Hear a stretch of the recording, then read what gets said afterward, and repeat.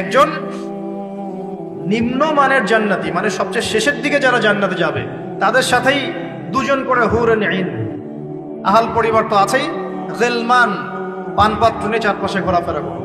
জান্নাত মানে কি? যেখানে যা ইচ্ছা তাই করা যাবে, বলার কেউ নাই, বাধা দেওয়ার কেউ নাই, সেখানে কোনো মৃত্যু নাই, সেখানে কোনো অহেতুক কথাবার্তাও নাই, কোনো গাল গল্প নাই, কোনো মিথ্যা নাই, কষ্টের ক্লেশ মাত্র নাই, থুতু ফেলতে হবে না। জান্নাত মানে থুতু ফেলতে হবে না, জান্নাত মানে হাঁচি হবে না, নাক ঝাড়তে হবে না, জান্নাত মানে ইস্তেঞ্জা পেশাব পায়খানা করার টেনশন নাই। মানুষ খাবার খাবে, একটা ঢেকুর তুলবে, ব্যাস খাবার হজম হয়ে গেছে। আর জান্নাতের সবচেয়ে বড় বিষয়টা কি? আল্লাহ পাককে আমরা এই চোখ দিয়ে দেখতে পারবো ইনশাআল্লাহ। আর তার সমকক্ষ একটা বিষয় হচ্ছে আল্লাহ পাক বলে দিবেন যে আমি তোমাদের সবার উপর সন্তুষ্ট হয়ে গেলাম, যাও কোনোদিন অসন্তুষ্ট হবে। ব্যাস, দ্যাটস অল। এখন আপনি যত কিছুই করেন এই বস্তুবাদী জীবনে, মনে একটা ভয় থেকে যাবে। আপনি বিশ্ব নেতা হয়েছেন, বড় শিল্পপতি হয়েছেন, পলিটিশিয়ান হয়েছেন, ইকোনমিস্ট হয়েছেন, মনে একটা ভয় থেকে যাবে যে মরতে আমাকে হবে, আল্লাহ আমাকে ধরবেই, হিসেব আমাকে দেওয়া লাগবেই, কবরে আমাকে একাই যাওয়া লাগবেই, আমাকে কিয়ামতের মাঠে দাঁড়াতে হবে আল্লাহর সামনে। মনে একটা ভয় কাজ করে, যদিও বাইরে মানুষ দেখায় যে কোনো ভয় নাই। মানুষ বাইরে অভিনয় করে, মানুষ সমাজের মানুষের সাথে বাইরে একটা অভিনয় করে। কোনো কোনো ক্ষেত্রে আমরা নিজেরাই নিজেদের সাথে অভিনয় করি। কথা সাহিত্যিক হুমায়ুন আহমেদের নাম শুনেছিলেন? শুনেছেন? ইন্তেকাল করেছেন। একটা সময় ছিল আমরা স্কুলে পড়তাম, কলেজে পড়তাম, মাঝে মাঝে টুকটাক এ ধরনের কিতাব বইপত্র পড়া হয়েছে। হিমু, মিসির আলী এইসব পড়া হয়েছে।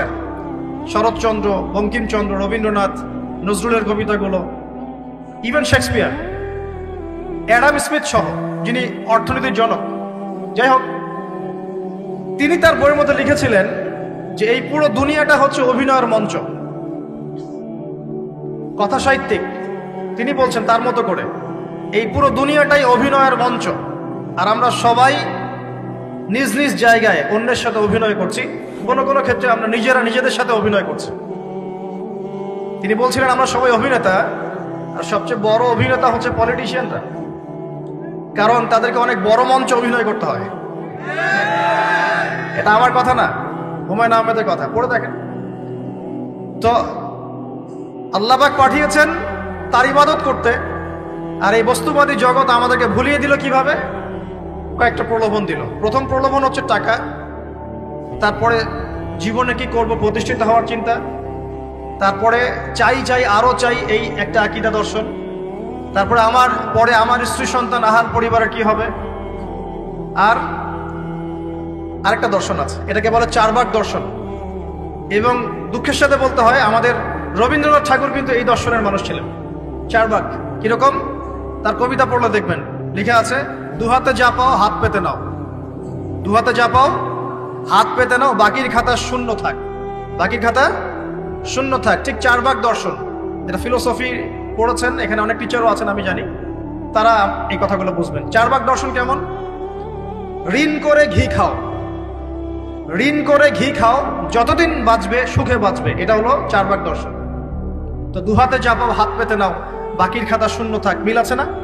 ঋণ করে হলো ঘি খান, যেভাবে হোক ঘি খান আপনি, মানে ঋণ করে হলো ঘি খান, যতদিন বাঁচবেন সুখে বাঁচবেন। তাহলে এই দর্শনগুলো বস্তুবাদী না? বুঝতে পারছেন কিনা? ম্যাটেরিয়ালিজম, বস্তুবাদিতা, মানে আপনি চোখের সামনে যা দেখছেন এই দুনিয়া, যেভাবে হোক অর্জন করে নেন, বাকির খাতা শূন্য থাক। ইসলামিক কনসেপ্ট এ টোটাল ডিফারেন্ট কনসেপ্ট। ইসলামের ঈমান, আকীদা, ইসলাম, পরকাল, মুহাম্মদ সাল্লাল্লাহু আলাইহি ওয়াসাল্লামের আদর্শ সম্পূর্ণ ডিফারেন্ট। আমরা বলি কি এই দুনিয়াতে আমরা মুসাফির, দুনিয়াতে আমরা কি মুসাফির, কে কতদিন থাকবো কোনো ঠিক নাই। নবীজি বলছেন, হে আব্দুল্লাহ বিন ওমর, তুমি দুনিয়াতে মুসাফিরের মতো থাকো, সকালবেলা উঠলে সন্ধ্যার অপেক্ষা করো না, সন্ধ্যাবেলা হলে সকালের অপেক্ষা করো। দর্শনের মধ্যে কত পার্থক্য না, আকাশ পাতাল পার্থক্য না? এখন যদি এই বস্তুবাদী দর্শন দিয়ে আপনি চলাফেরা করেন, তাহলে তো আপনার লাইফের অ্যাম্বিশন হবে একটা ফ্ল্যাট, আর ওটা এনি হাও আপনাকে অ্যাচিভ করতে হবে, legal way or illegal way, আপনাকে অ্যাচিভ করতেই হবে, অ্যাচিভ করতেই হবে, যেহেতু আপনার মোটিভটা হচ্ছে ম্যাটেরিয়ালিজম, বস্তুবাদিতা। আর নবী সাল্লাল্লাহু আলাইহি ওয়াসাল্লাম কি বলছেন, সকালে ঘুম থেকে উঠলে সন্ধ্যার অপেক্ষা করো না, সন্ধ্যা বেলায় থাকলে সকালের অপেক্ষা করো না। তুমি দুনিয়াতে মুসাফিরের মতো থাকো, তোমার যতটুকুতে দুনিয়া চলে যায় এতটুকুতে সন্তুষ্ট থাকো। নবীজি আরো বলছেন, তুমি কখনো উপরের দিকে চোখ দিয়ে হেঁটো না, রাস্তায় যখন হাঁটবে উপরের দিকে দেখো না। লা তানজুরু ইলা মান হুয়া আসফালা মিনকুম, যারা তোমাদের উপরে আছে ওদের দিকে দেখো না, বরং তুমি দেখো যে তোমার নিচে কারা আছে। আবার বলছি, নবীজি বলছেন, তোমরা হাঁটবে যখন রাস্তায় চলাফেরা করবে তোমাদের উপরের দিকে দেখবে না তোমাদের উপরে কারা আছে, অলওয়েজ দেখবা তোমাদের নিচে কারা আছে, তোমাদের চেয়ে খারাপ কারা আছে। এক ভাইকে আপনি দেখবেন আপনি সুস্থ, তার হাত নাই। আরেক ভাইকে দেখবেন আপনি সুস্থ, তার চোখ নাই। এক ভাইয়ের পা প্যারালাইজড হয়ে গেছে, এক ভাইয়ের বডি প্যারালাইজড, একজন হার্টের রোগী, একজন ডায়াবেটিসের রোগী। আপনি সুস্থ আছেন, অথচ ওই ব্যক্তির অনেক টাকা পয়সা আছে, আপনার নাই। এখানে কে ধনী বলেন দেখি, আপনি না সে? আপনার সুস্থতা আছে। আরেক ভাইয়ের অনেক বড় বড় ফ্ল্যাটস, কিন্তু আপনার এতটুকু নাই, ছোট্ট একটা বাসা। আপনার কষ্ট লাগে, আমারও যদি এমন হতো। ওই বাসায় গিয়ে দেখলেন যে ইন্টারনালি সে ব্যক্তি সুখে নাই, তার পরিবারে অশান্তি, হৃদ্যতা ভালোবাসার বন্ধন নাই, আপনার পরিবারে আছে। একটা রিক্সাওয়ালা সারাদিন রিক্সা চালিয়ে 500-1000 টাকা আর্ন করে বাসায় চলে গেল, গিয়ে বাসা আলু ভর্তা, ডিম ভাজা, ডাল দিয়ে ভাত খাচ্ছে, সুখে আছে দিব্যি, বউয়ের সাথে গল্প করছে, চাঁদ দেখছে। আর সেই তো কবে আপনি ওয়াইফ কিনে চাঁদ দেখেছেন ঠিক নাই, আপনি টাকা অর্জন করার নেশায় বছরের পর বছর স্ত্রী থেকে দূরে আছে, দেখারই সৌভাগ্য হয় না। আসলে সুখ কাকে বলে, সুখটা কি জিনিস? ঢাকাবাসীকে সুখ বোঝানো দরকার।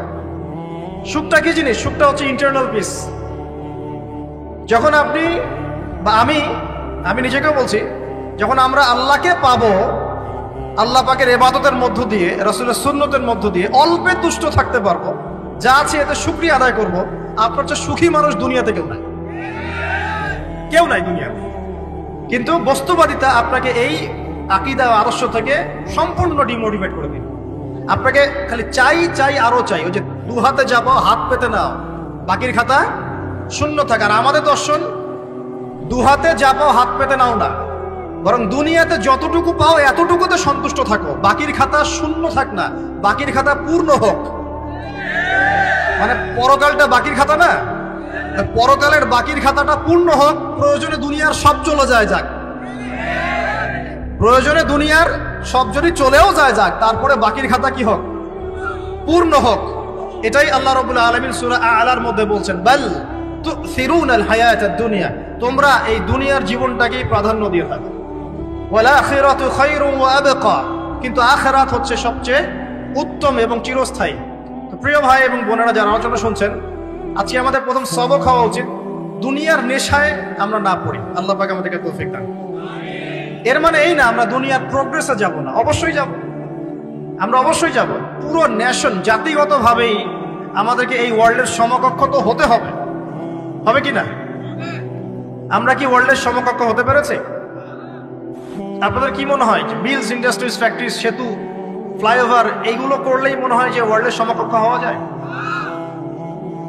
প্রত্যেক জনগণ ভিতর থেকে সুখী কিনা, তাদের অন্ন, বস্ত্র, চিকিৎসা, শিক্ষা, বাসস্থান, এই যে মৌলিক চাহিদা, বেকারত্ব ঘোচানো, 3 বেলা খেয়ে পরে বাঁচা, জীবনের অধিকার, সিকিউরিটি, এই জিনিসগুলো আমাদের নিশ্চিত হচ্ছে কিনা, এটা হচ্ছে আপনার উন্নতির মানদণ্ড। উন্নতির মানদণ্ড কি? আমরা এখন যেখানে আছি না, 1776 সালে অ্যাডাম স্মিথ তার চেয়ে আগের জায়গায় ছিল। 1776 সালে অ্যাডাম স্মিথ একটা বই লিখেছেন, তার নাম হচ্ছে যে দি ওয়েলথ অফ নেশন, এই কিভাবে একটা রাষ্ট্রের ওয়েলথ ফাংশন করে। ওই 1776 সালে তিনি যে চিন্তাগুলো করেছেন, এখন পর্যন্ত আমরা সেই চিন্তা বাস্তবায়ন করতে পারি নাই। 1776 সালের চিন্তা, কিন্তু ওই চিন্তা বাস্তবায়ন করেছে পশ্চিমারা। পশ্চিমা সভ্যতা যেটা আপনি দেখছেন দাঁড়িয়ে আছে, এই একটা বইয়ের উপর দাঁড়িয়ে আছে। যেমন একটা এক্সাম্পল দিই, আলোচনাটা কঠিন হয়ে যাবে, অন্যদিকে যাব। আমরা মনে করি যে অর্থনীতি আমরা নিয়ন্ত্রণ করব, ঠিক আছে, অর্থনীতির পুরো বিষয়গুলো আমরা নিয়ন্ত্রণ করে আমরা সমৃদ্ধি নিয়ে আসবো। আসলে বিষয়টা কি জানেন? অর্থনীতির নিজের একটা ফ্লো আছে, ও নিজেই নিজেকে নিয়ন্ত্রণ করে, এবং তার উপর একটা ইনভিজিবল হ্যান্ড থাকে, অদৃশ্য হাত, যেটা আমরা বলি আল্লাহ রাব্বুল আলামিন। আল্লাহ রাব্বুল আলামিন এই পুরো অর্থনীতিকে নিয়ন্ত্রণ করে। আমরা যখন সেটাকে ইন্টারফেয়ার করতে যাব তখন ইকোনমি কলাপস করে যাবে। এই যে করছে কলাপস। আরো ব্যাপার আছে, শুধু ব্যবসা, অর্থনীতি, এক্সপোর্ট ইম্পোর্ট এগুলোকে তিনি জাতির মানদণ্ড বলতেন না। তিনি বলতেন যতক্ষণ পর্যন্ত জাতির প্রত্যেক ব্যক্তির মধ্যে এথিক্স না আসবে, নীতি যতক্ষণ পর্যন্ত না আসবে আপনি করাপশন থামাতে পারবেন। তাই হয়েছে না? শুধু ব্যবসা না, আদর্শ কতটুকু আছে। এই যে আপনি দেখছেন বিভিন্ন জায়গায় ভেজাল খাবার খাওয়াচ্ছে, ওদের কি টাকার অভাব আছে? ওদের টাকার কিন্তু অভাব নাই। নেম ফ্রেমের কোনো ঘাটতি আছে? এস্টাবলিশড বিজনেস, তাহলে কেন আপনাকে ভেজাল খাওয়াবে? কারণ তার মধ্যে এথিক্স নাই, নীতি নাই। এই জন্য জাতির প্রত্যেক সদস্যকে, মানে প্রত্যেক জনগণের প্রত্যেককেই আগে নীতিগত শিক্ষা দেওয়া উচিত। আর এই কাজটাই করে ইসলাম। বলে সুবহানাল্লাহ। এই এথিক্স এবং নীতি শেখায় কে? ইসলাম। ইসলামের চেয়ে সার্বজনীন ভাবে এবং যুগোপযোগী ভাবে কেউ এথিক্স শেখাতে পারবে না। কাগজে কলমে অনেকে অনেক কথা বলতে পারে, প্র্যাকটিক্যালি শেখাবে কে? ইসলাম। এখন বলতে পারেন তাহলে মুসলিমদের মধ্যে দুর্নীতি কেন, মুসলিমদের মধ্যে কেন এই সমস্যাগুলো হয়? উত্তর একটাই, ওই যে স্যার বলে গেলেন, আমি বিভিন্ন ওয়াজে যে এক এক জায়গায় এক এক কথা বলে। উত্তরটা কি? উত্তরটা হচ্ছে যে কোরআন এবং সুন্নাহর সঠিক যে শিক্ষাটা আছে, এই শিক্ষাটা আমরা অনেকেই বাস্তবায়ন করতে পারছি। এটা আমাদের ব্যর্থতা। এটা কাদের ব্যর্থতা? এটা আমাদের ব্যর্থ। এখানে আমাদের ব্যক্তির স্বার্থ থাকতে পারে, এখানে আমার জ্ঞানের স্বল্পতা থাকতে পারে, আমার ভিতরে অহংকার থাকতে পারে, বা আমি অল্প শিক্ষিত হতে পারি, এবং এমন হতে পারে আমার জ্ঞানটা যুগোপযোগী না। ইসলামিক জ্ঞান আমার মধ্যে আছে, কিন্তু কিভাবে এই জ্ঞান দিয়ে ওয়ার্ল্ডকে ডিল করবো এই জ্ঞানটা আমার মধ্যে নাই। এই কারণে আমরা হয়তোবা ইসলাম কোরআন সুন্নাহ হাতে থাকার পরেও এই সমস্যাগুলো ফেস করছি। প্রথম সমস্যা হচ্ছে বস্তুবাদিতা। আল্লাহ পাক আমাদের সবাইকে, যারা আলোচনা শুনছে, দুনিয়ার প্রেমিক হওয়া থেকে বাঁচাক বলি আমি। দুনিয়ার প্রেমিক না, প্রেমিক হবো কার? আল্লাহর, আখিরাতে। কতটুকু দাম আছে দুনিয়ার? আল্লাহ পাক বলছেন একটা মাছির পাখার সমানও না। একটা মাছির পাখার কি দাম আছে আপনার কাছে? আল্লাহ পাক বলছেন পুরো দুনিয়ার দাম আমার কাছে যদি একটা মাছির পাখার সমান হতো, তাহলে এই দুনিয়াতে কোনো কাফের মুশরিক পানি পান করতে পারতো না। তার মানে এই দুনিয়াতে যা করো করো, আমার তো কোনো দামই নাই দুনিয়ার। কালকেই তো আমি দুনিয়া ধ্বংস করব। আর ওই যে দুই জাতির কথা বললাম, জিন এবং মানব জাতি, আপনারা সূরা আর রহমান পড়বেন। রহমান নামটা অনেক ব্যাপক, দয়াময়ের নাম, তার মানে আল্লাহ পাক মার্সিফুল, মোস্ট মার্সিফুল। কিন্তু এই সূরা আর রহমানেই একটা ভয়ঙ্কর আয়াত আছে, কি? সানাফরুগু লাকুম আইয়ুহাস সাকলান। হে মানুষ এবং জিন, হে মানুষ এবং জিন, শীঘ্রই আমি তোমাদের দুইটা জাতিকে ডিল করার জন্য ফারেক হচ্ছি, অপেক্ষা করতে থাকি। মানে আল্লাহ পাক কুল্লু ইয়াউমিন হুয়া ফি শাআন, মানে আল্লাহ পাক কি করেন? সব সময় তার কাজে ব্যস্ত আছে। মহাবিশ্বের তো গ্রহ, নক্ষত্র, গ্যালাক্সির অভাব নাই, মাখলুকের কোনো অভাব নাই। আল্লাহ পাক প্রত্যেকটা মুহূর্তেই তার কাজে ব্যস্ত আছেন, তার কাজে শানে ব্যস্ত আছেন। কিন্তু এই ব্যস্ততা থেকে ফারেক হবেন কাদের জন্য? মানুষ আর জিনের জন্য। সুবহানাল্লাহ। মানুষ আর জিনের জন্য আল্লাহ পাক বলেন সানাফরুগু লাকুম আইয়ুহাস সাকলান। দাঁড়াও, দুনিয়ার মধ্যে এইসব করে বেড়াচ্ছ, তোমাদের দুই জাতির জন্য আমি অচিরে ফারেক হব ইনশাআল্লাহ। ওইটাই হলো কিয়ামতের দিন। যদি ওই দিনটা আমরা মাথায় রেখে চলি, ইনশাআল্লাহ আমরা কেউ বস্তুবাদী হব না ইনশাআল্লাহ। আল্লাহ পাক আমাদের সবাইকে দুনিয়া মুসাফিরের মতো থাকার তৌফিক দান করুন। আমরা উন্নতি করব, অবশ্যই অগ্রগতি করব, আমরা সবকিছুই করব, কিন্তু দুনিয়ার পূজায় ডুবে যাব না। এটা একটা বড় চ্যালেঞ্জ। মানে মধ্যমপন্থী থাকতে হবে, না একদম গোলালু মার্কা আর না চরমপন্থী, মাঝামাঝি থাকার চেষ্টা করতে হবে। আল্লাহ তৌফিক দান করবেন। ঢাকাবাসীর জন্য এর চেয়ে বড় কোনো নসিহত হতে পারে না। ঢাকার মতো যত মানে সিটিজ, মেগা সিটিজ আছে সারা ওয়ার্ল্ডে, তাদের জন্য এটাই প্রথম নসিহত, বস্তুবাদিতা ত্যাগ করতে হবে। বস্তুবাদিতা। আল্লাহ পাক আমাদের সবাইকে বাকির খাতা পূর্ণ করার তৌফিক দান করুন। এখন একটা লক্ষ্য পেলাম, কি জন্য দুনিয়া এসেছি? আল্লাহর ইবাদত করার জন্য। এখন অনেকে ভুল বুঝে প্রশ্ন করতে পারে, তাদের জ্ঞানের স্বল্পতা। আমি ওদেরকে দোষারোপ করবো না, কারণ আমাদের শিক্ষার সমস্যা আছে। আমরা তো সবার মাঝে ইসলামিক সার্বজনীন শিক্ষা দিতে পারছি না। এই কারণে অনেকে প্রশ্ন করতে পারে, তাহলে কি সারা জীবন আল্লাহ বিল্লাহি করতে হবে? আমি কি সারা জীবন তাসবিহ, তাহলিল, জিকির, আজকার, নামাজি পড়ে বেড়াবো? তাহলে এটা হলো তার ভুল বুঝ। এই আয়াত সম্পর্কে ভুল ব্যাখ্যা। সঠিক ব্যাখ্যাটা কি? সঠিক ব্যাখ্যা হচ্ছে সূরা হাশরের 7 নম্বর আয়াত। কত নম্বর? সূরা হাসর 7 নম্বর আয়াত। আল্লাহ পাক বলেন ওয়া মা আতাকুমুর রাসূলু ফাখুযুহু, রাসূলুল্লাহ সাল্লাল্লাহু আলাইহি ওয়াসাল্লাম তোমাদেরকে যা যা দিয়েছেন সব নিয়ে নাও। ওয়া মা নাহাকুম আনহু ফান্তাহু, রাসূল যা থেকে বিরত থাকতে বলেছেন সমস্ত বিষয় থেকে দূরে থাকো। এখন এই আয়াতটাকে সামনে রেখে কোরআন সুন্নাহকে যদি আমরা ঘাঁটি, আমরা দেখব রাসূলুল্লাহ সাল্লাল্লাহু আলাইহি ওয়াসাল্লাম পেশাব পায়খানা ইস্তেনজা করা থেকে শুরু করে রাষ্ট্র চালানো পর্যন্ত প্রতিটা কাজের হেদায়েত দিয়ে গেছেন। আলহামদুলিল্লাহ, এটা কেউ মানি বা না মানি দিয়ে গেছেন, এটা বিশ্বাস করতে হবে। আমল করতে পারি বা না পারি, নবী দিয়ে গেছেন, বিশ্বাস করতে হবে। দলিল চাচ্ছেন, আপনি সহিহ বুখারী খোলেন, মুসলিম খোলেন, তিরমিজি, নাসাই, আবু দাউদ এগুলো খোলেন, দেখবেন আপনি ইস্তেনজা করবেন কিভাবে, বসবেন কিভাবে, ঢোকার সময় কোন পা দিয়ে ঢুকবেন, বের হওয়ার সময় কোন পা দিয়ে বের হবেন, ইস্তেনজা করার সময় কথা বলতে পারবেন কিনা, কতটুকু বলতে পারবেন, গোসল কেমন করে করবেন, ওযু কিভাবে করবেন, আপনি আগে কি পা থেকে শুরু করবেন নাকি হাত থেকে শুরু করবেন, কিভাবে নামাজ পড়বেন, আগে গিয়ে কি সাজদা করবেন নাকি ইকামত হবে, আজান হবে, আল্লাহু আকবার তাকবীর দিবেন, কিভাবে নামাজ শেষে বের হয়ে আপনি ব্যবসায় চলে যাবেন, কিভাবে আপনি ব্যবসা করবেন, কিভাবে চাকরি বাকরি করবেন, সমাজের মানুষের সাথে মেলামেশা করবেন, মানুষকে দিনের দাওয়াত দিবেন, ইভেন কিভাবে আপনাকে যদি আল্লাহ ক্ষমতা দেন আপনি কিভাবে সোসাইটি মেনটেন করবেন, সমাজ এবং রাষ্ট্র মেনটেন করবেন, প্রতিটা হেদায়েত খুঁটিনাটি কোরআন এবং সুন্নাহ দিয়েছে আমাদেরকে। এই বিশ্বাস আগে রাখতে হবে। এই বিশ্বাস না রাখলে কেউ মুসলিম হতে পারবে না। I am very sorry to say, এই বিশ্বাস না করলে কেউ মুসলিম হতে পারবে না। আগে বিশ্বাস, তারপরে কাজ করতে পারেন কিনা সেটা পরের ইস্যু। এবং আমি বলে দিচ্ছি, এই যুগে আপনি 100% পারবেন না। সিম্পল, এই যুগে আপনি 100% পারবেন না, এটা স্বাভাবিক। কারণ এই পুরো বিশ্বটা তো ইসলামাইজড না। পুরো বিশ্ব কি ইসলামাইজড? বরং পুরো বিশ্বটা কুফরের উপর আছে। কিসের উপর আছে? পুরো ওয়ার্ল্ডটাই কুফরের উপর আছে, পুরো ওয়ার্ল্ডটাই। একটা এক্সাম্পল দিয়ে আমি প্রমাণ করতে পারি, একটা এক্সাম্পল খালি। আল্লাহ পাক বলছে সূরা মুলক, রাতের বেলা পড়তে হয় না সূরা মুলক? রাতের বেলা সূরা মুলক পড়তে হয়, যে পড়বে তার কবরের আযাব হবে না ইনশাআল্লাহ। কবরের আযাব থেকে আল্লাহ পাক তাকে বাঁচাবেন ইনশাআল্লাহ। সূরা মুলক তেলাওয়াত করতে হবে রাতের বেলা। এই সূরার প্রথম আয়াতে আল্লাহ বলেছেন তাবারাকাল্লাযী, বরকতময় সেই আল্লাহ, বিয়াদিহিল মুলক, যার হাতে পুরো মহাবিশ্বের ক্ষমতা। কার ক্ষমতা? তাবারাকাল্লাযী বিয়াদিহিল মুলক, বরকতময় সেই আল্লাহ যার হাতে পুরো মহাবিশ্বের ক্ষমতা, সার্বভৌমত্ব। ক্ষমতার বাংলা কি বলতে পারি আমরা? এটাকে ইংরেজিতে আপনারা কি বলেন? আপনারা বলেন সভারেন্টি। কি বলেন? সভারেন্টি বিলংস টু আল্লাহ। এখানে সভারেন্টি বিলংস টু কি? আল্লাহ। কিন্তু এই পুরো বিশ্বের সার্বভৌমত্বের মালিক কি এখন আল্লাহ বাকি আছে? মানুষ নিজের হাতে নিয়ে নিয়েছে। কথা বুঝতে পারছেন না? পুরো বিশ্বে আল্লাহর সার্বভৌমত্ব চলে এখন, মানুষের সার্বভৌমত্ব চলে এখন। তো পুরো ওয়ার্ল্ডটাই কুফরের উপর আছে না? বিশ্বটাই কুফরের উপর। এখন বাদ দেন, এই ওয়ার্ল্ডে আপনি 100% ইসলাম ডিল করতে পারবেন না, সিম্পল। কিন্তু আগে বিশ্বাস করেন যে একদম টয়লেট থেকে শুরু করে আসমান পর্যন্ত সবকিছুই হেদায়েত কোথায় আছে, কোরআন শুনে আছে কি নাই? এখন মানতে পারি না, সেটা আলাদা ইস্যু। কেউ বিশ্বাস করেছে, মানতে পারে না, আল্লাহ তাকে মাফ করে দিবে ইনশাআল্লাহ।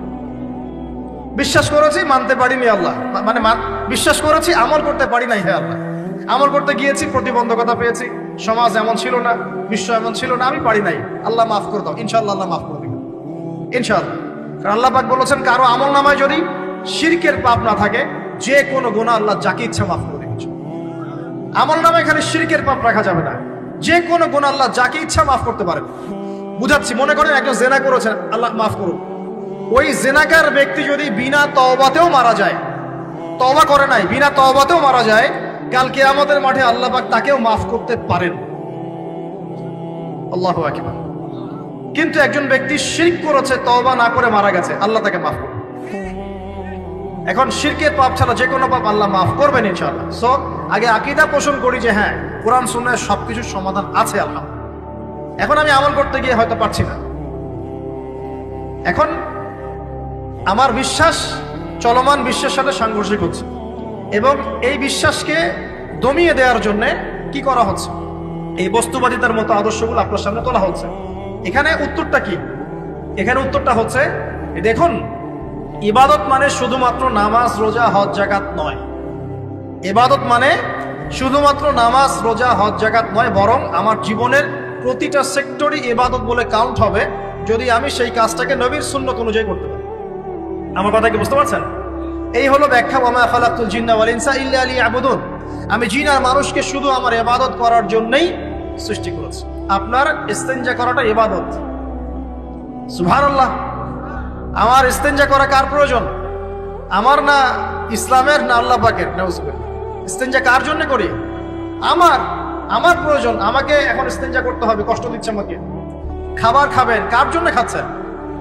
আমার জন্য নয় কি? আমার জন্য। আপনি ব্যবসা করছেন, কার জন্য? আমার জন্য, আমার স্ত্রী সন্তান, আমার পরিবারের জন্য। আপনি সমাজ চালাচ্ছেন কার জন্য? আপনার জনগণের জন্য। এখানে স্বার্থ কার? মানুষের না আল্লাহ?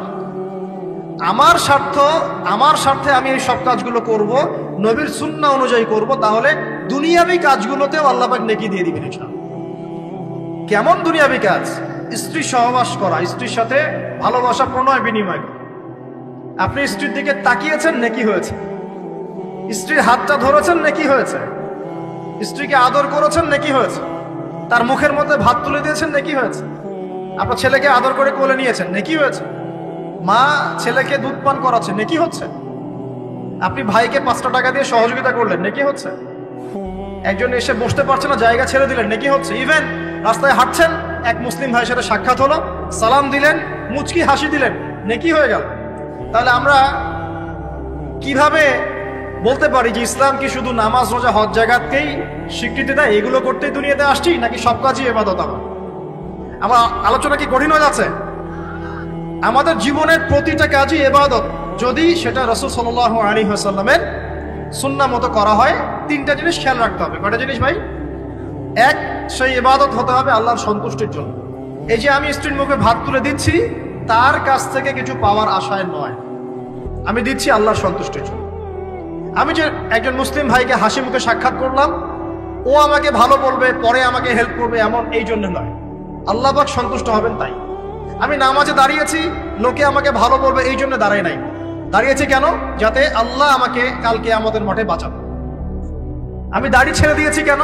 মানুষ আমাকে হুজুর বলবে তাই, এই জন্য নয়, বরং আল্লাহর রাসূলের সুন্নাত জীবিত করেছি। ইনশাআল্লাহ আমি 50 জন শহীদ সাহাবীর নেকি পাবো ইনশাআল্লাহ। কেন আমি টাকনুর নিচে কাপড় পরছি না? কারণ কি মানুষ আমাকে বলবে নতুন ফ্যাশন? না, আমি এই কারণে পড়ছি যাতে রাসূল সাল্লাল্লাহু আলাইহি ওয়াসাল্লাম কালকে আমাদের মাঠে এই সুন্নাহর উপর আমল করার জন্য আমার পক্ষে সুপারিশ করে। আমার ইবাদত, আমার পর্দা, আমার পরিবার, আমার ব্যবসা, আমার অর্থনীতি, আমার পলিটিক্স সবকিছু আল্লাহর জন্য করব, এই একটা হলো মূলনীতি ইবাদত কবুল হওয়ার। 1, 2, সেই আমলটা হতে হবে রাসূলের সুন্নাহ মোতাবেক, অন্য কোনো পদ্ধতিতে নয়। মনে করেন আমি একজন খুব বড় বুজুর্গ হয়ে গেছি, নাউজুবিল্লাহ। আমরা এত বড় বুজুর্গ হয়ে যাই নাই, যে টাইটেলগুলো আপনারা দেন এগুলোর কোনো প্রয়োজনও নাই। এখন একজন বড় বুজুর্গ এসে যদি আপনাকে কোনো ইবাদতের পদ্ধতি শিখিয়ে দেয়, এই পদ্ধতিতে ইবাদত করো, অনেক ভালো হবে, কিন্তু ওই পদ্ধতির সাথে রাসূলের এবং সাহাবীদের পদ্ধতির কোনো মিল নাই। মুখরোচক মনে হলো, দেখতে সুন্দর মনে হলো, এবং অনেক মানুষ তা করছে, এরকম দলিল থাকলেও সেই কাজটা করা যাবে না। কারণ কি? কারণ সেই কাজটা রাসূল সাল্লাল্লাহু আলাইহি ওয়াসাল্লামের সুন্নাহ মাফিক হয়নি। আল্লাহ রাসূল করেন নাই, সাহাবীরা করেন নাই, বাস আমি করব। ইমামরাও করেন নাই, পরবর্তী জেনারেশনের কেউই করেন নাই। এখন যত ভালো টাটকা মজা লাগুক, দেখতে সুন্দর লাগুক, বহু মানুষ করছে, এইসব দলিলে ইসলাম টিকবে না। আল্লাহ পাক বোঝার তৌফিক দান করুন। 1 নম্বর শর্ত, আল্লাহর সন্তুষ্টির জন্য হতে হবে। 2 নম্বর, রাসূলের পদ্ধতিতে হতে হবে। 3 নম্বর, খুব ডিফিকাল্ট, 3 নম্বরটা বেশি ডিফিকাল্ট। প্রথম 2টা পার হয়ে গেলেও 3 নম্বরে গিয়ে আমরা আটকে যাচ্ছি আর কি। বলবো? রাগটা করবেন না তো? 3 নম্বর হচ্ছে রিজিক হালাল হতে হবে। রিজিক হালাল হতে হবে। পশ্চিমের আদলে গড়া এই পুরো বিশ্বের বেশিরভাগ মানুষের রিজিক এখন হারাম। কেন হারাম? কারণ কোনো না কোনো ভাবে আমরা সুদের সাথে সম্পৃক্ত হয়ে যাচ্ছি, কোনো না কোনো ভাবে। আর নবীজি অনেক আগেই বলেছিলেন, 1400 বছর আগে, যে একটা জামানা তোমাদের সামনে আসবে, যে মানুষ সুদ খেতে চাইবে না তার গায়েও সুদের ছিটাফাটা গিয়ে লাগবে। লাগছে কিনা? এখন আপনি খেতে চাইবেন না, আপনাকে মেসেজ পাঠিয়ে দেওয়া হবে আপনার অ্যাকাউন্টে এত টাকায় যোগ হয়েছে। কি করবেন এখন? টাকাটা আপনি সুদের টাকা। সুদের টাকা মানে কি?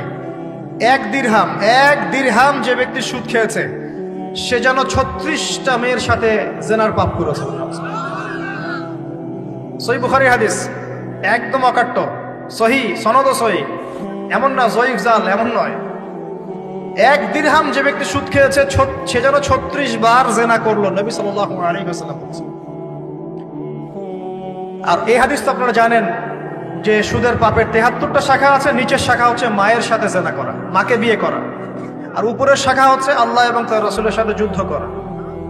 এগুলো অবলীলায় করছি আমরা। আর নবীজি বলছেন 4 শ্রেণীকে আমি অভিশাপ দিয়ে গেলাম। আল্লাহর নবী অভিশাপ দিয়ে গেলেন মানে সে জাহান্নামে যাবে, কোনো অবস্থাতেই জান্নাতে যাবে না। ইল্লা মা শা আল্লাহ। 1 যে সুদ খায়, 2 যে সুদ দেয়, 3 সাক্ষী থাকে, 4 লিখে রাখে। এখন বলেন এই সিস্টেমের বাইরে কতজন মানুষ আছে? এর বাইরে আবার আছে যাকাত না দেয়া, সম্পদ হারাম হয়ে যাচ্ছে। এর উপর আবার আছে ঘুষ যা না দিলে অনেক সময় চাকরি বাকরি হয় না। আর আস্তে আস্তে এগুলো আমরা ট্রেডিশন বানিয়ে নিয়েছি। এক সময় আমরা শোনেন এটাকে বলা হয় নিউট্রালাইজেশন, মানে স্বাভাবিকীকরণ। খুব কঠিন টার্ম বলে ফেলছি মনে কিছু কিছু। যেমন আগে ধর্ষণ হলে আমরা খুবই সোচ্চার ছিলাম এবং সারা এলাকা ফেটে যেত, এত বড় কথা। কেউ মাপে কম দিলে, ধরা পড়লে চক্ষু লজ্জায় সে সমাজে চলতে পারতো না। কেউ চুরি করলে চক্ষু লজ্জায় বের হতে পারতো না।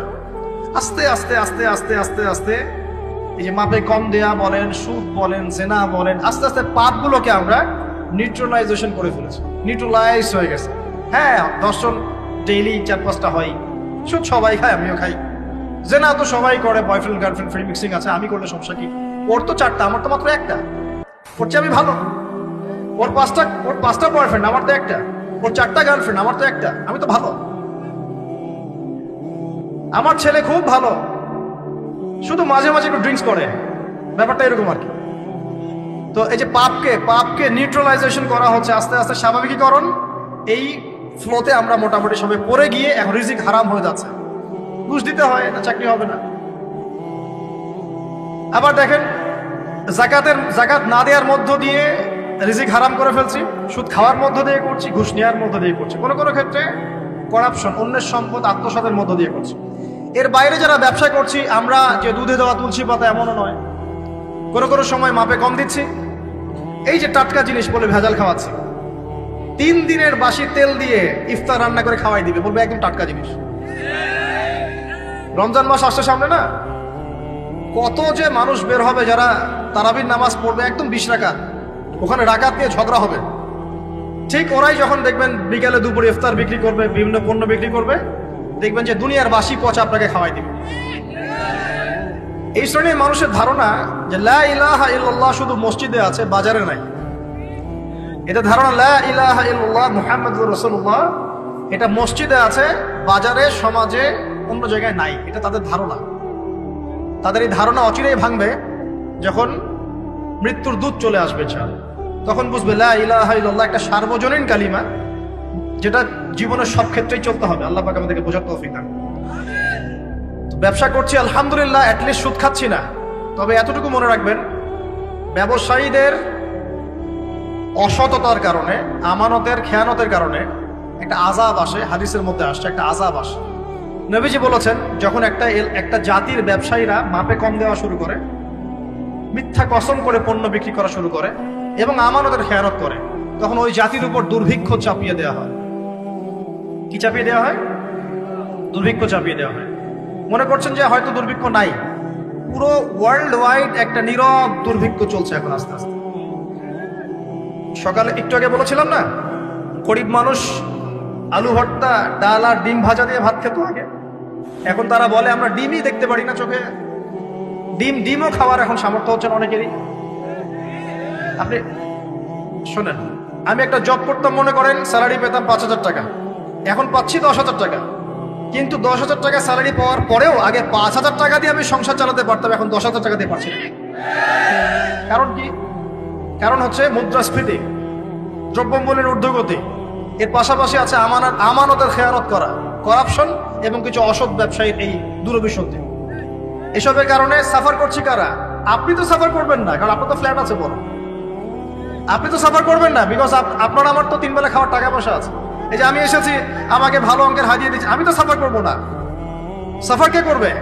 সাফার করবে রিক্সাওয়ালা ভাই, ভ্যানওয়ালা ভাই, এই যে রাস্তাঘাটে যারা আশপাশে বাসা করে আছে, যারা দারিদ্র সীমার নিচে আছে, এদের সংখ্যা কত আপনার মনে হয়? মিনিমাম 3 থেকে 4 কোটি মানুষ আমাদের দেশের মধ্যে।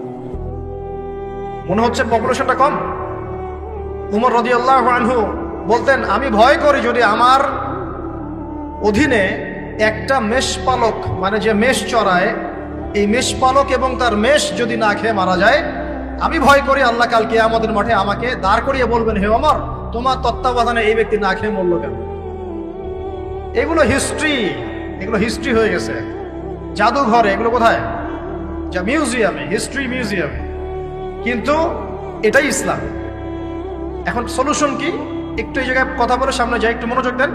সলিউশনটা কি? প্রথম কথা হচ্ছে আমাদের সবাইকে আমানতদার হতে হবে ভাই, প্লিজ।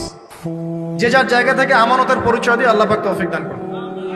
2 নাম্বার, অল্পে তুষ্ট থাকার চেষ্টা করতে হবে। অল্পে তুষ্ট থাকার চেষ্টা করি, আল্লাহ তৌফিক দান করুন। 3 নাম্বার, কোনো প্রকার সম্পদ অপচয় করা যাবে।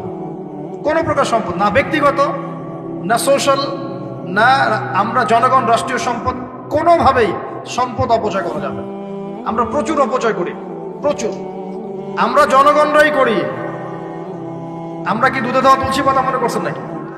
জনগণ দুধে দেওয়া তুলসী পাতা মনে করছেন? কে বলেছে মাপে কম দিতে? ওকে সরকার ফোর্স করেছে? ও দিল কেন? কে পাপে? এখানে কার দোষ বলেন? আমরা অলওয়েজ আঙ্গুল উপরের দিকে, সবার আগে আঙ্গুল হবে এই দিকে, নিচের দিকে। আমরা অলওয়েজ মানুষের ফেস দেখার চেষ্টা করি। আগে ফেস দেখবো, আয়নায় নিজের ফেস, তারপরে মানুষের ফেস। আমরা মাপে কম দিই। আমরাই তো সুদ খাচ্ছি, আমরাই ঘুষ নিচ্ছি, আমরা দুর্নীতি করছি, আমরা মানুষের সম্পদ অন্যায়ভাবে হস্তক্ষেপ করছি, আমরা রাষ্ট্রের সম্পদ অপচয় করছি। আমরা সিগন্যাল দিয়েছে, আপনি মানলেন না। তো সিগন্যাল দিয়েছে, মানলেন না। এখানে তো আপনি খেয়ানত করলেন।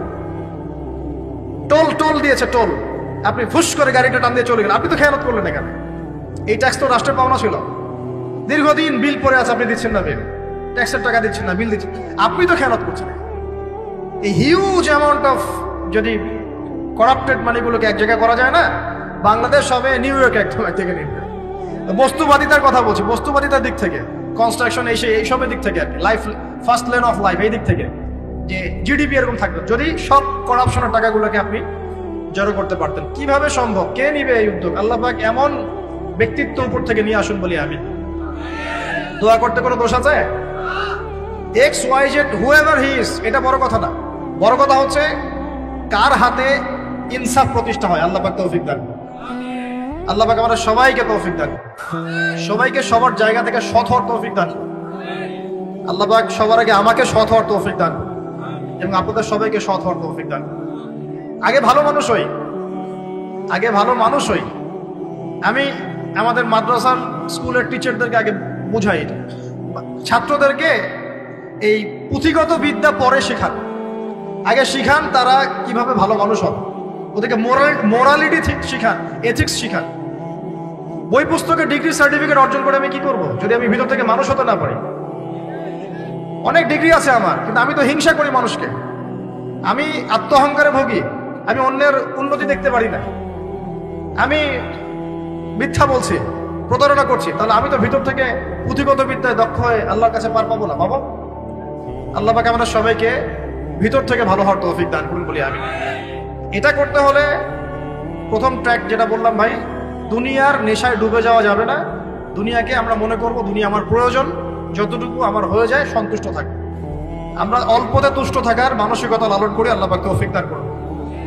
এরপর দুনিয়ায় আসার উদ্দেশ্যটা মাথায় রাখবো, এসেছি কি করতে? আল্লাহর ইবাদত করতে। আর এই প্রশ্নের উত্তর আমরা বের করে নিয়ে আসলাম। ইবাদত মানে শুধু নামাজ, রোজা, হজ, যাকাত নয়। ইবাদত মানে আমার জীবনের প্রতিটা কাজই ইবাদত। 3 শর্ত পূরণ করতে হবে। 1, আল্লাহর জন্য হতে হবে। 2, রাসূলের সুন্নাহ মাফিক হতে হবে। 3, আমাদের উপার্জনটা হালাল হতে হবে। এই হালাল এর কথা বলতে গিয়ে এই জায়গায় এসেছিলাম যে এই বিশ্বে হালাল খাওয়াটা খুব টাফ, কিন্তু অসম্ভব না।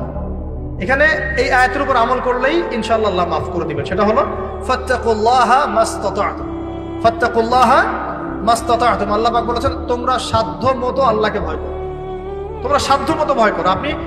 আমি বেঁচে থাকার চেষ্টা করি, আল্লাহ ওই চেষ্টাটাই দেখবেন ইনশাআল্লাহ। 3টা জিনিস আমি আপনাদের মধ্যে ঢুকিয়ে দিতে চাই আজকের লেকচারে, যেটা আমি নিজের মধ্যে নিয়ে চলি যেদিন থেকে ইসলামের বুঝ এসেছে ওই দিন থেকে। 1, স্বপ্ন। 1 কি? স্বপ্ন, আপনি স্বপ্ন দেখতে শেখেন, ড্রিম বিগ, ড্রিম বিগ, আপনি বড় স্বপ্ন দেখতে শেখেন। স্বপ্ন দেখেন যে ইনশাআল্লাহ একদিন পুরো বাংলাদেশ কেন পুরো বিশ্বে ইসলামের জয় জয়কার হবে ইনশাআল্লাহ। কথিত ইসলাম না, প্রকৃত ইসলাম ইনশাআল্লাহ। কথিত আর প্রকৃত ইসলাম কিন্তু এক না। কথিত ইসলাম মানে ইসলামের নামে ধর্ম ব্যবসাও আছে, ইসলামের নামে মাজার পূজা আছে, ইসলামের নামে অনেক ভণ্ডামি আছে, আচ্ছা না? ইসলামের নামে অনেক কিছু চলে যেগুলো আসলে ইসলামের সাথে সম্পর্কিত না, মানুষ করছে, মানুষ ইসলাম মনে করে। আমরা কথিত ইসলামের কথা বলছি না, প্রকৃত ইসলামের কথা বলছি। কোন ইসলাম? যে ইসলাম রাসূল সাল্লাল্লাহু আলাইহি ওয়াসাল্লামের যুগে ছিল, সেই ইসলাম। যে ইসলাম আবু বকর সিদ্দিকের যুগে ছিল, যে ইসলাম উমর ইবনুল খাত্তাবের যুগে ছিল, যে ইসলাম উসমান আলী রাদিয়াল্লাহু আনহুমা তাদের যুগে ছিল, যে ইসলাম আদম থেকে নিয়ে মুহাম্মদ সাল্লাল্লাহু আলাইহি ওয়াসাল্লাম পর্যন্ত 1,24,000 নবী রাসূল আল্লাহর জমিনে প্রতিষ্ঠা করে গেছেন, ওই ইসলামের কথা বলছি। বড় স্বপ্ন দেখেন ইনশাআল্লাহ। এই স্বপ্নে আমিও একটা ভূমিকা রাখবো ইনশাআল্লাহ। এই স্বপ্নটা নিজের মধ্যে সেট করেন, তাহলে আপনার মধ্য দিয়েও ইসলাম একটা খেদমত পাবে ইনশাআল্লাহ। সবাই লেকচারার হবে না, কেউ হয়তো বই লিখবে, কেউ হয়তো ইসলামের জন্য গাইবে, ইসলামের জন্য কবিতা লিখবে, ইসলামের জন্য ইকোনমিক কোনো প্রজেক্ট লঞ্চ করবে, ইসলামের জন্য পলিটিক্যাল সেকশনে দুর্নীতি কমাই দিবে, ইসলামের জন্য হয়তো কেউ কনস্ট্রাকশনাল রেভলিউশনারি কাজ করবে, ইসলামের জন্য নেশনকে এগিয়ে নিবে। এমনকি ইসলামের জন্য নাম্বার স্বপ্নের সাথে সাথে লক্ষ্য স্থির করতে হবে, লক্ষ্য স্থির করতে হবে। লক্ষ্যটা কি? এই লক্ষ্য নিয়ে কথা বলতেই শুরু করেছে। লক্ষ্যটা হবে পরকাল। লক্ষ্যটা কি? লক্ষ্য একটাই, জান্নাত। লক্ষ্য কি? জান্নাত। এই লক্ষ্যে কাজ করতে গিয়ে যদি আল্লাহর পথে আপনাকে গালি খেতে হয়, সমালোচনা শুনতে হয়, আপনার শারীরিক, মানসিক, অর্থনৈতিক নির্যাতন সহ্য করতে হয়, দেখবেন আপনি মন থেকে সুকুন, শান্তি ফিল করছেন।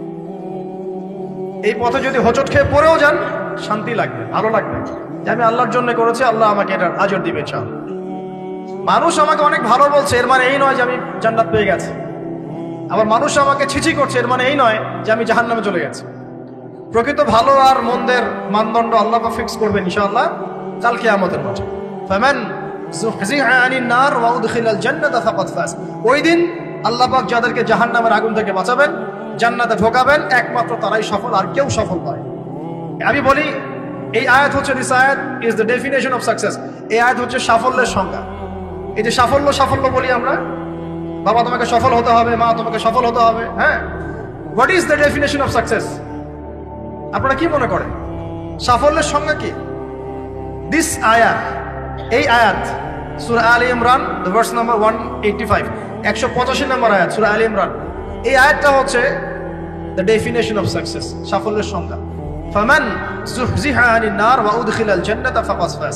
যাকে জাহান্নামের আগুন থেকে কাল কিয়ামতের মাঠে বাঁচানো হবে এবং জান্নাতে ঢুকিয়ে দেওয়া হবে, বাস সে ব্যক্তি সফল, আর কেউ সফল। এই বিশ্বে বহু বড় বড় মানুষ চলে গেছে, ফেরাউন এবং নমরুদ, আবু জেহেল, আবু লাহাব, উতবা, সাইবা, হ্যাঁ, মঙ্গলরা চলে গেছে, আলেকজান্ডার দ্য গ্রেট এর আমল ছিল, হ্যাঁ, কত বড় বড় হিস্ট্রি, রোমকরা ছিল, গ্রিকরা ছিল, পার্সিয়ানরা ছিল, ছিল না? সভ্যতা পড়েছেন তো এগুলো, হিস্ট্রিগুলো। চাইনিজদের সভ্যতা ছিল, রাশিয়ান কন্টিনেন্ট ছিল, কত বড় বড় সভ্যতা পৃথিবী থেকে চলে গেছে। এগুলো তো আমরা জানি। আর যেগুলো কোরআন বলেছে, নুহের জাতি, আদ, সামুদ, মাদিয়ান, কওমে লূত, কত জাতি পৃথিবী থেকে চলে গেছে। আমরা তো শেষের দিকে আছি। মানে আমাদের আর কিয়ামতের মাঝখানে ডিস্টেন্স হচ্ছে আসর থেকে মাগরিব পর্যন্ত সময়। এই উম্মত এবং কিয়ামতের মাঝখানে ডিস্টেন্স হচ্ছে আসরের নামাজ থেকে মাগরিব পর্যন্ত সময়। নবীজি বলছেন এরকম, এই আঙ্গুল থেকে এই আঙ্গুল যেমন দূরত্ব, আমার আর কিয়ামতের মাঝখানে এতটুকু দূরত্ব। তো হিস্ট্রি তো শেষ, আমরা শেষের দিকে আছি। শেষের দিকে আসবে দাজ্জাল, ইয়াজুজ মাজুজ, ঈসা ইবনে মারইয়াম, ইমামুল মাহদি। আস্তে আস্তে ইসলামী খেলাফা রিস্টোর হবে, মানুষ আবার খারাপ হবে, ওদের সামনে কিয়ামত হবে। That's all. পশ্চিম দিক থেকে সূর্য উঠবে, এগুলো বাকি আছে। আর ভূমিকম্প, কিছু ভূমিকম্পের বছর, বড় বড় কিছু প্রাকৃতিক বিপর্যয় বাকি আছে। এখন হিস্ট্রি ঘেটে দেখেন, এরা তো চলে গেছে হিস্ট্রি থেকে। এই ব্যক্তিত্বরা কেউই সফল হবে না যদি কাল কিয়ামতের মাঠে জাহান্নাম থেকে বাঁচতে না পারে। বলেন এই বিশ্বের সবচেয়ে বড় নেতার নাম কি? আপনার কি মত বলেন দেখি। না, আমি ওই সেন্সে বলছি না। এখনকার বিশ্বের সবচেয়ে বড় পরাশক্তির নেতাকে বলেন। বাইডেন। এক্স্যাক্টলি আমার মতে পুতিন, আমার মতে কি এ ব্যক্তি সফল হতে পারবে না যদি কাল কিয়ামতের মাঠে জাহান্নাম থেকে বাঁচতে না পারে। তার কাছে এখন সবকিছু আছে, অনেক কিছু আছে। এই ব্যক্তি সফল হতে পারবে না যদি কাল কিয়ামতের মাঠে জাহান্নাম থেকে বাঁচতে না পারে। যদি সে কাল কিয়ামতের মাঠে জাহান্নাম থেকে বাঁচতে পারে, জান্নাতে যেতে পারে, সে সফল ইনশাআল্লাহ। আমি একটা এক্সাম্পল দিচ্ছি। রাসূল সাল্লাল্লাহু আলাইহি ওয়াসাল্লাম বলেছেন, সবচেয়ে সুখী মানুষটাকে, পৃথিবীর সবচেয়ে সুখী মানুষটাকে কাল কিয়ামতের মাঠে আল্লাহ পাক এক মুহূর্ত সময়ের জন্য জাহান্নামে ঢুকাই। কতটুকু সময়? এক মুহূর্ত। আল্লাহ পাক জানেন কতটুকু সময়। এরপর তাকে বের করে বলবেন, দুনিয়াতে সুখে ছিলা? সে বলবে, আল্লাহ সুখ কি জিনিস আমি জানি না, সুখ কাকে বলে আমি জানি না, সুখ কি আমি সেটা জানি না। আল্লাহ সুখ কাকে বলে আমি সেটা জানি না।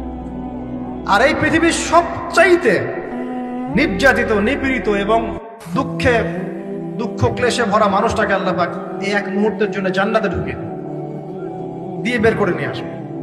বলবেন যে দুনিয়াতে দুঃখে ছিলা, কষ্টে ছিলা? এই ব্যক্তি বলবে, আল্লাহ কষ্ট কি জিনিস আমি জানি না, কষ্ট কাকে বলে আমি কষ্টের সংজ্ঞাই জানি না। এই ব্যক্তির তাকদিরে কি হবে পরে? এই ব্যক্তি জান্নাতের আরাফ নামক জায়গায় দাঁড়িয়ে থাকবে, চেহারাটা ঘুরিয়ে দেওয়া হবে জাহান্নামীদের দিকে। সে বলবে যে আল্লাহ চেহারাটা খালি আমাকে জান্নাতের দিকে ঘুরায় দাও, আমি জান্নাতে যেতে চাচ্ছি না, খালি চেহারাটা ঘুরায় দাও, বাস এনাফ। আল্লাহ বলবেন আর কিছু চাবো না? তো না, আর কিছু চাবো না। ঠিক আছে, চেহারা ঘুরাই দিও। এবার চেহারা জান্নাতের দিকে ঘুরে আসে, জান্নাতের ঘ্রাণ, জান্নাতের নেয়ামতের স্নিগ্ধতা সব পাচ্ছে সে। এবার বলছে আল্লাহ শুধু দরজার কাছে নিয়ে যেয়ে রেখে দাও, ঢুকতে চাবো না। আল্লাহ বলবেন যে এইবার কথা দিয়ে কথা রাখবা? ঠিক আছে, জান্নাতের দরজার সামনে গিয়ে রেখে দাও। ও বেচারা দরজা ধরে দাঁড়ায় আছে, চিন্তা করবে, ও ভাববে, ওই সময় সে ভাববে, হাদিসে এত স্পেসিফিকলি আসছে, সে ভাববে আর কিভাবে আল্লাহকে বলবো, আল্লাহ তো এতদূর পর্যন্ত নিয়ে আসলেন। এরপর বলবে যে জাস্ট একটু উকি দিব, আল্লাহ খালি একটু উকি দিতে, ঢোকানোর দরকার নেই, খালি উকি দিব। আল্লাহ পাক বলবেন, দেখো আদম সন্তান তোমরা কিন্তু কথা খুব কম রাখো, আদম সন্তান তোমরা কথা দিয়ে কথা রাখতে পারো। ওই যে আদম আলাইহিস সালামকে বলা হয়েছিল না, ওয়ালা তাকরাবা হাযিহি শাজারা, তোমরা গাছের কাছে যেও না, তাও তারা গাছের কাছে চলে গেলেন। তোমরা কথা দিয়ে কথা রাখো না। এবার উকি দিয়ে সে বলবে, আল্লাহ এতদূর যখন নিয়ে আসছো, আল্লাহ আমাকে আর এখান থেকে দূরে ঠেলে দিও না, আমাকে ঢুকাই দাও আল্লাহ জান্নাতে। আল্লাহ পাক তাকে জান্নাতে ঢুকাই দিবেন এবং এই দুনিয়ার চাইতে 10 গুণ বড় জান্নাত তাকে দিবেন ইনশাআল্লাহ। তাহলে আমরা বুঝতে পারলাম যে দুনিয়ার বাস্তবতা কি আর আসল প্রকৃত সাফল্য কাকে বলে। আরেকটা কথা বলি, এক ব্যক্তিকে জাহান্নামের শাস্তি দেওয়া হবে বছরের পর বছর, অনেক বছর, অনেক বছর। কত বছর আল্লাহ ভালো জানেন, কারণ জাহান্নামের উপর থেকে ছেড়ে দেওয়ার পরে জাহান্নামের তলায় গিয়ে পৌঁছাতেই মানে কত হাজার হাজার বছর পার হয়ে যাবে মানুষ জানে না। এত গভীর জাহান্নাম, এত গভীর। আমরা তো এখন নাসাকে ইলাহ বানিয়ে নিয়েছি, নাসা যা বলে তাই বিশ্বাস করি। ও বলে মঙ্গলে পানি আছে, আমরা বলি হ্যাঁ পানি আছে। ও বলে চাঁদে এই আছে, আমরা বলি হ্যাঁ সেই আছে। নাসা যদি এখন বলে জাহান্নাম নামে একটা জায়গা আছে, কালকে দেখবেন সব মানুষ বিশ্বাস করছে জাহান্নাম নামে একটা জায়গা আছে। এটা হলো যে সায়েন্সকে আমরা এখন উপাস্য বানাচ্ছি, এটা একটা শিরক, এটা আধুনিক শিরক। আধুনিক আরো শিরক আছে, আল্লাহর হালালকে হারাম করা, আল্লাহর হারামকে হালাল করে দেওয়া। ওইদিকে আমি যাচ্ছি না। এখন পড়তে পড়তে পড়তে একটা জায়গা তাকে দাঁড় করিয়ে দেওয়া হবে, আযাব দেওয়া হবে, আযাব দেওয়া হবে, আযাব দেওয়া হবে। এক পর্যায়ে সে চিৎকার করতে থাকবে, ইয়া মান্নান ইয়া হান্নান, ইয়া মান্নান ইয়া হান্নান। এভাবে চিৎকার করতে করতে, এগুলো আল্লাহ পাকের নাম।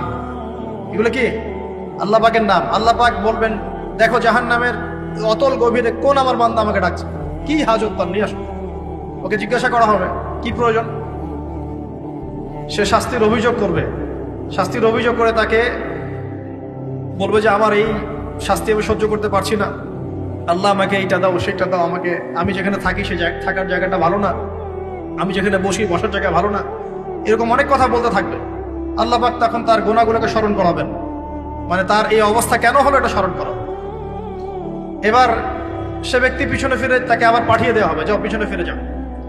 তো যেতে যেতে সে তাকাবে পিছনে ফিরে, বারবার তাকাবে আর বলবে, আল্লাহ তোমার রহমতে আমাকে একবার সেখান থেকে তুমি বের করে নিয়ে আসছো, আল্লাহ দ্বিতীয়বার আমাকে সেখানে পাঠাও। আমি তোমার রহমতের আশা রাখি যে তুমি আমাকে মাফ করে দিবা। আল্লাহ পাক বলবেন আমার রহমতের ওসিলায় সে আমার কাছে চেয়েছে, যাও আমি তাকে মাফ করে দিলাম। এই জাহান্নাম থেকে বের করেও আল্লাহ পাক অনেক মানুষকে কি করবেন? জান্নাতে দিবেন। একজন ব্যক্তির কথা আসছে 99টা খুন করেছে, তওবা করার সুযোগ আছে কিনা খুঁজতে গিয়েছে। এক আবেদ যে ইবাদত করে, আলেম না আবেদ, সে বলেছে কোনো মাফ নাই, ওকেও হত্যা করে 100 পূর্ণ করেছে। পরে অন্য এক আলেমের কাছে গিয়ে তওবা করেছে। আল্লাহ পাক তার জান কবজের সময় ফেরেশতাদের দূরত্বকে পরিমাপ করে এই ওসিলায় আল্লাহ রাব্বুল আলামিন তাকে মাফ করে দিলেন। আরেক ব্যক্তিকে মাফ করেছেন আল্লাহ রাব্বুল আলামিন, যে তার সন্তানদেরকে বলেছিল আমি মারা গেলে আমার লাশটাকে পুড়িয়ে ফেলবা, অর্ধেক ছাই বাতাসে ভাসিয়ে দিবা, অর্ধেক ছাই সাগরে ভাসিয়ে দিবা, বাতাসে উড়িয়ে দিবা, সাগরে ভাসিয়ে দিবা। আল্লাহ পাক ছাই জড়ো করেছেন, করে বলেছেন কেন করেছো এই কাজ? সে বলবে মিন খাশিয়াতিকা ইয়া রাব্বি, হে আল্লাহ তোমার ভয়ে কাজ করেছিলাম, আর তুমি খুব ভালো করে জানো হে আল্লাহ আমি তোমার ভয় করেছি না অন্য কোনো কারণে করেছি। আল্লাহ পাক তাকে বলবেন যাও আমি তোমাকে মাফ করে দিলাম। এক নারীর কথা আসছে, ব্যভিচারী মহিলা, জিনা করে, পতিতা মহিলা, একটা কুকুরকে পানি পান করিয়েছে, আল্লাহ তাকে মাফ করে দিয়েছে। আর একজন লোকের কথা আসছে যে তার বন্ধুকে এতটুকু বলেছিল, একজন ব্যক্তি তার বন্ধুকে এতটুকু বলেছিল যে আল্লাহ তোকে কোনোদিন মাফ করবে না, আল্লাহ তোকে কোনোদিন মাফ করবে না। এরকম কথা কিন্তু আমরা অনেকে বলে ফেলি। আল্লাহ পাক মৌতের পরে এই দুই ব্যক্তিকেই ডাকবেন, কিয়ামতের মাঠে ডাকবেন। এটা বারজাকে হয়েছে। বলবেন আমার রহমত নিয়ে কথা বলার ইখতিয়ার তোমাকে কে দিয়েছে? আমি কাকে মাফ করব কাকে করব না এই কথা বলার ইখতিয়ার তোমাকে কে দিয়েছে? আজকে আমি তাকে মাফ করে দিলাম, তোমাকে জাহান্নামে দিয়ে দিলাম, যাও। অতএব আল্লাহ রাব্বুল আলামিনের এই বিশাল রহমত আমরা পাবো, আশাবাদী ইনশাআল্লাহ। এই কারণে আমাদের প্রথম যে বিষয়টা ফোকাস করতে হবে, আল্লাহ রহমত পেতে হলে আমাদের অবশ্যই বস্তুবাদিতা ত্যাগ করতে হবে। আল্লাহ পাক দুনিয়া পছন্দ করেন না, দুনিয়ার মোহে যারা ডুবে থাকে আল্লাহ এদেরকে পছন্দ করেন। দুনিয়া প্রয়োজন, যতটুকু আমার দরকার আমি করব, যতটুকু প্রয়োজন নাই এই বিষয়টা আমি পেতেই হবে, চাই চাই আরো চাই, হ্যাঁ দু হাতে চাপাও হাত পেতে নাও, ঋণ করে ঘি খাও, এইসব দর্শনের ধার ধারবো না আমরা ইনশাআল্লাহ। আমাদের দুনিয়া চলে গেলে যাক, বাকির খাতা পূর্ণ হোক ইনশাআল্লাহ তাআলা। আর এই দুনিয়াতে এসেছি আল্লাহর ইবাদত করার জন্য। শিখলাম, জানলাম, বুঝলাম ইবাদত মানে শুধুমাত্র নামাজ, রোজা, হজ, যাকাত নয়। এগুলো অবশ্যই ইবাদত, এগুলোই ইবাদত নয়, বরং আমাদের জীবনের প্রতিটা কাজই ইবাদত। আমাদের স্ত্রীর মুখে ভাত তুলে দেওয়া পর্যন্ত, একটা মুসলিম ভাইয়ের সাথে হাসি মুখে কথা বলা পর্যন্ত, মুসাফা করা পর্যন্ত, এভরি সিঙ্গেল ওয়ার্ড যে আমরা এই দুনিয়াতে করি, এগুলো ইনশাআল্লাহ তাআলা ইবাদত বলে কাউন্ট হবে যদি আমরা এগুলোকে তিনটা পদ্ধতিতে করি। এক, আল্লাহর সন্তুষ্টির জন্য করি, দুই, রাসূলের পদ্ধতিতে করি, এবং হালাল খেয়ে করি। ইনশাআল্লাহ তাআলা আল্লাহ পাক আমাদের সবাইকে এভাবে ইবাদত করার তৌফিক দান। আর শেষ করার আগে আমি আর কয়েকটা পয়েন্ট টাচ করে শেষ করে দিচ্ছি, রাত অনেক গভীর হচ্ছে। আসন্ন রমজান মাস আমাদের সামনে আছে, আমাদের সামনে বলতে এই তো 2 সপ্তাহ হয়তো বাকি নাই।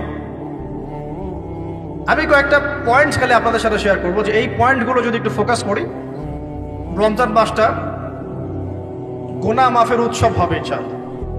আমরা কলেজ লাইফে পড়তাম একটা ওয়ার্ড, উৎসবের উৎসাহ। উৎসবের উৎসাহ, এই যে ছায়ানট, উদিচি, এইসব জায়গায় যারা থাকে না, এরাও এই শব্দগুলো জানে।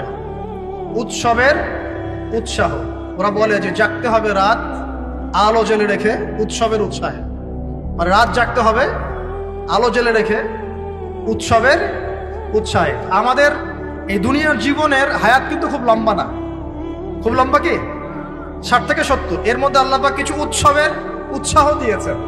যেমন শবে বরাত, যেমন শবে বরাতের রাত, এই রাতে ব্যক্তিকেন্দ্রিক তো কিছু ইবাদত করা যায়, সামগ্রিক না হয়।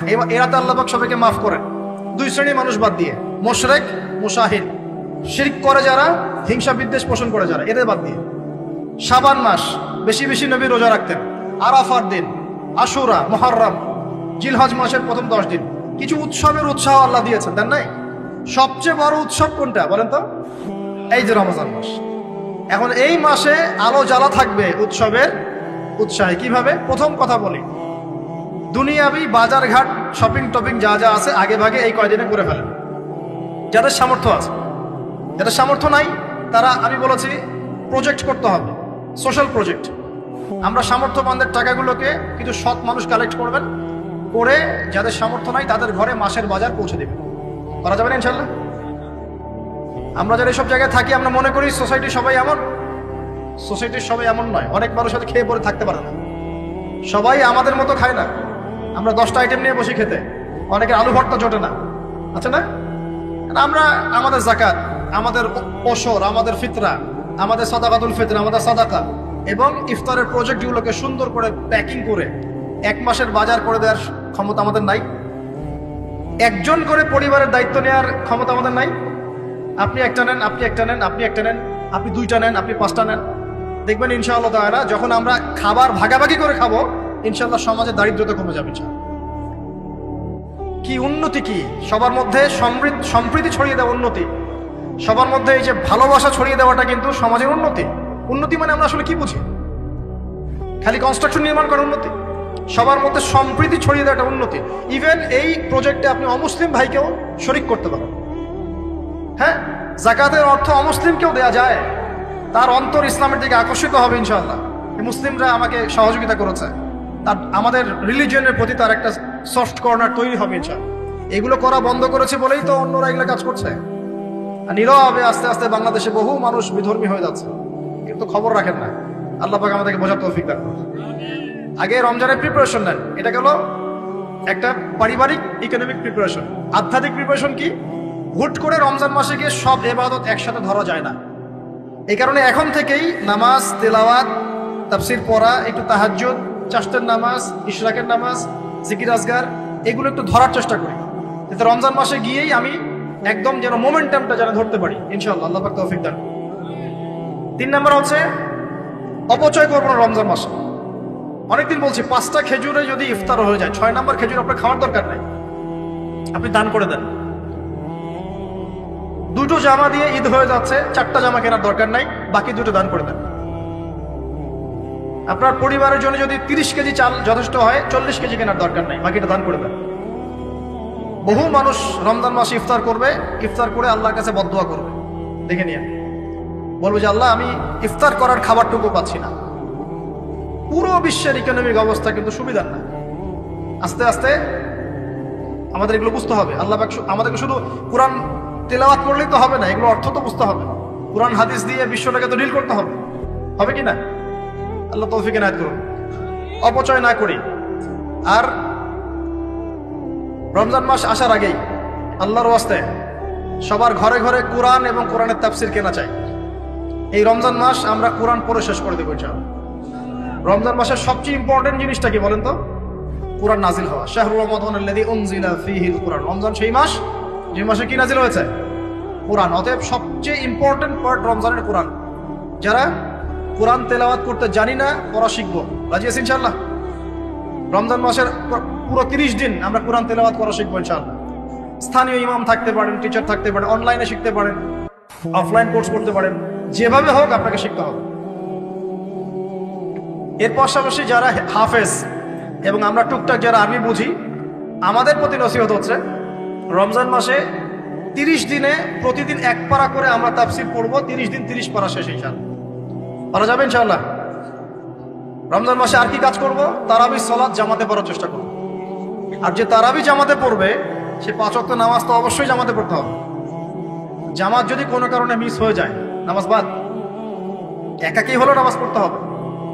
হ্যাঁ, যদি দেখেন জামাতে তারাবি পড়তে পারছেন না, ফ্যামিলিকে নিয়ে প্রয়োজনে তারাবি পড়েন। ফ্যামিলি মেম্বারদেরকে নিয়ে আপনি তারাবি পড়েন। আপনি পুরো কোরআনের হাফেজ না, 1 পারা জানেন, 1 পারা দিয়ে পড়েন। আপনি 20টা সূরা জানেন, একটা সূরা বারবার রিপিট করে করে পড়েন।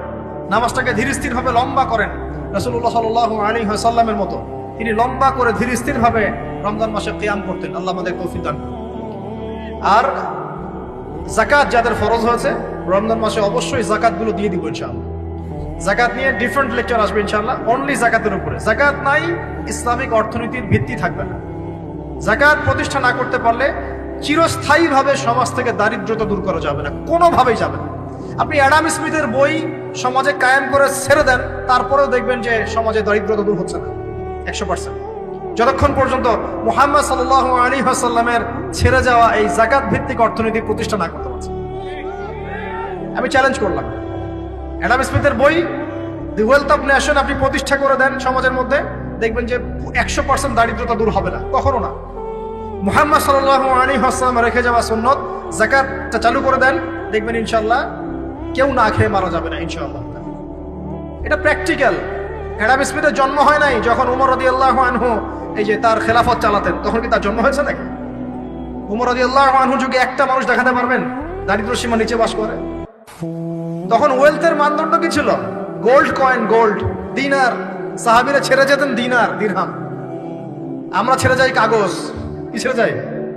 কাগজ। আর মনে করে অনেক ধন আমার। কি একটা যুগ আসলো, মানুষ কাগজকে ধন মনে করে। সুবহানাল্লাহ। যাই হোক, ওদিকে যাচ্ছি না। যাকাত গুলো দেওয়ার চেষ্টা করে, আল্লাহ পাক সবাইকে তৌফিক দেন। মনে রাখবেন, যে ব্যক্তি নামাজ পড়ে যাকাত দেয় না সে মুসলিম নয়। যে নামাজ পড়ে যাকাত দেয় না, যাকাত অস্বীকার করে, সে মুসলিম নয়। আর যে ব্যক্তি নামাজের ফরজিয়াতকে অস্বীকার করে সেও মুসলিম নয়। নামাজও থাকতে হবে, যাকাতও থাকতে হবে। আল্লাহ পাক তৌফিক ইনায়াত করুন, আমিন।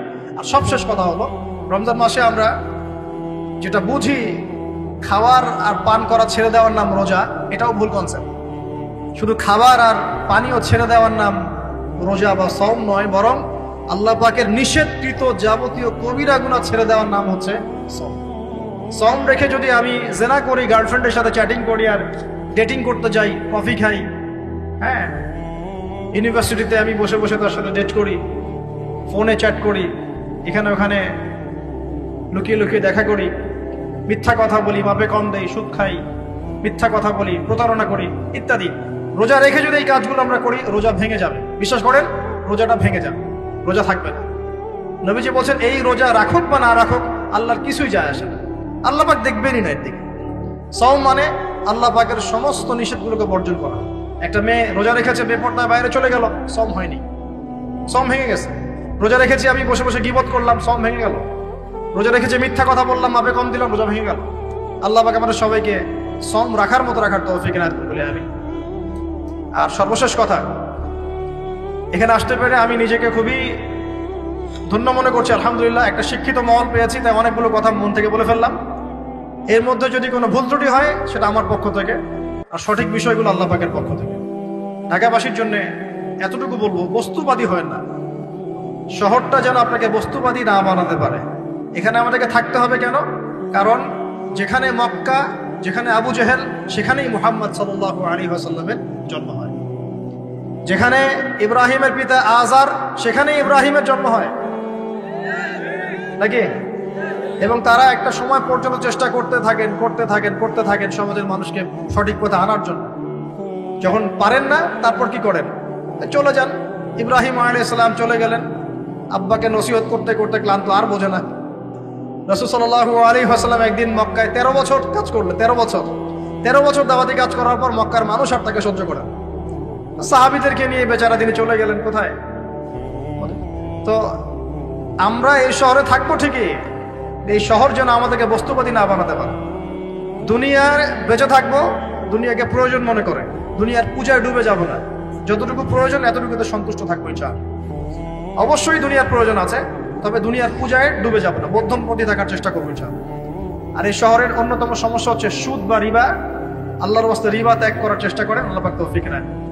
এই শহরের অন্যতম সেরা সমস্যা বেপরদামি, অশ্লীলতা, হ্যাঁ, বেহায়াপনা এবং ফ্রি মিক্সিং, ফেমিনিস্ট রেভলিউশন, নারী পুরুষের পোশাক পরে, পুরুষ নারীর পোশাক পরে, জেনা। শহরটাকে আমরা জেনা শহর বানাচ্ছি আস্তে আস্তে। মাদকের ছয়লাভ হচ্ছে, জেনার ছয়লাভ হচ্ছে, প্রতারণা, করাপশন, আমানতদারিতার অভাব, অবিশ্বাস, চতুর্দিকে অবিশ্বাস, কেউ কাউকে বিশ্বাস করতে পারে না। আল্লাহ পাকের কিছু বড় বড় গজব আসার যে কারণগুলো আছে, এই প্রতিটা কারণ অলরেডি আমাদের উপর ওয়াজিব হয়ে গেছে। কিভাবে বাঁচতে পারি? প্রথমত আল্লাহ পাকের কাছে খাস তওবা করতে হবে। আল্লাহ পাক আমাদের সবাইকে খাস তওবা করে দিনে ফিরে আসার তৌফিক দেন। 2 নম্বর, আল্লাহর কাছে আমরা ওয়াদা করব, আল্লাহ দুনিয়াতে যতদিন বেঁচে আছি তোমার আদেশ, তোমার নবীর আদেশ মেনে চলবো ইনশাআল্লাহ। আমরা জানি 100% পারবো না, যতটুকু পারি চেষ্টা করবো ইনশাআল্লাহ। আর কি করব? দ্বীনের ইলম অর্জন করার চেষ্টা করবো ইনশাআল্লাহ।